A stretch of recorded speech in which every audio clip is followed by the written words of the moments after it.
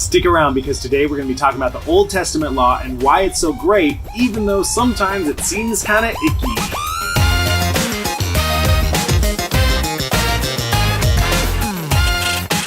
Hey, what's up everybody? Thank you so much for joining me today. I'm Josiah Douglas. I do a Bible study just like this 5 days a week.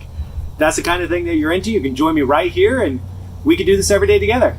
We're going to be jumping right into the word. Deuteronomy 4 verse 8 says, "And what great nation is there that has statutes and rules so righteous as all the law that I set before you today?" This is God talking to the Israelites through Moses saying, this whole law that I just gave you guys, it's better and more righteous than the laws of any nation in the entire world. And if you've read the Bible, you're probably thinking, yeah, 10 Commandments good, but a lot of the stuff in Leviticus is kind of gross and kind of weird, and there's a lot of the laws in the Old Testament that just don't even seem to make sense anymore. And there's a lot of laws that you kind of hear it and you look at it and you think, man, maybe that's not a good thing for people to be doing.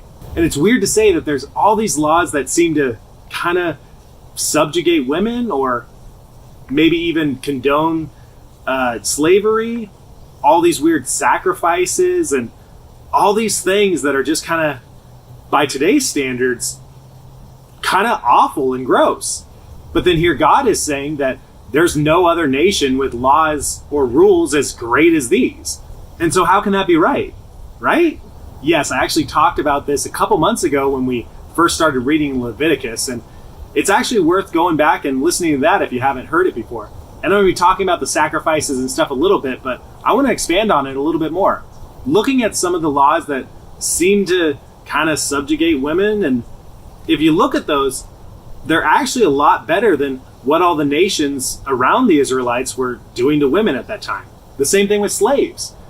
God basically was saying that, you know, all the nations around you have slaves and they treat them horribly. You guys are probably going to have slaves too, but you at least need to treat them well. And you see all these different laws, all these different things that are happening in the Old Testament that you think about and you think that's just so horrible, and why would God even tell them to do that? You need to realize that all of the nations around them, they didn't really have laws. And the laws that they did have were pretty immoral and pretty awful. And women and slaves and people in general were just treated badly at that time in history. So when Israel came along and God actually set down a whole bunch of laws that they had to follow, these laws actually were better and more righteous than any of the laws of any of the lands around them. And you might be thinking that, well, now we don't need to really follow these laws because the laws that we have and the morals that people have are way better. Okay, that's an okay argument, I guess. But you see, the laws that we have in America and a lot of the laws all around the world, different countries have, it's based on Christian morality.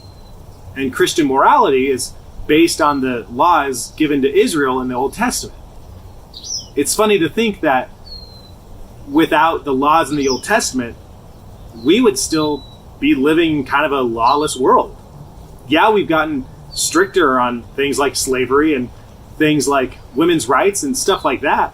That's good. That's a good thing. It's a good thing that I don't need to worry about having laws about slaves because we just don't have slaves, right? But at that point, they did. And God was saying, if you're going to have them, you need to treat them right. So when you read this and it says, "And what great nation is there that has statutes and rules so righteous as the law that I set before you today?" The Israelites were looking around and literally nobody had laws anything like this. It wasn't that they had immoral laws. They were mostly amoral.